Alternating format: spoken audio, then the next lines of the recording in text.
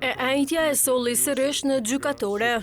Ish zëvendës përfaqësuesi i OKB-s në Kosovë, James Peter Kovej, e vazhdoi dëshminë e tij para trupit gjykues. Ai potencoi sërish se Hashim Thaçi nuk ishte i dhënshëm dhe që në fakt ju friksoi disa komandantëve të zonave. Që Trembej është e qartë edhe në Rambuje që ai është kërcënuar drejt për së drejti që nëse ai nuk pajtohej me kërkesat e komandantëve të zonave, por ishte sjellja e tij e qartë, mënyra se si ishte i kujdesshëm sa i takon marrëdhënieve me udhëheqjen e lëvizjes së UÇK-s. Rrjedhimisht, Kovej tha se kishin kuptuar se Thaçi nuk ishte post udhëheqës në UÇK.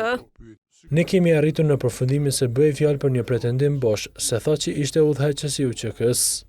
Dëshmitari i katërt i mbrojtjes theksoi një kërkesë që Thaçi ja kishte bërë përfaqësuesit të OKB-s në Kosovë, Bernard Kushner, për furnizim me armë të disa personave të UÇK-s. Kemi parë një dokument që Thaçi ja kishte dërguar Kushnerit ku kërkonte armë për disa persona të UÇK-s. Dhe ne e dinim që në atë kohë, sipas mendimit tonë, kjo nuk duhet të ndodhte. Ne e kuptuam se kjo ishte një urlidhse, kjo ishte përshtypja jonë, po e kryente detyrën që ja kishin kërkuar të tjerët. Kovej në gjykatore në Hag ndaj dhe biseda tjera me Kushner në lidhje me sulmet e pas luftës ndaj pjesëtarëve të mbrojtjes së Ibrahim Rugovës, ku sipas tij në atë kohë dyshonin se përgjegjës ishte Daud Haradinaj.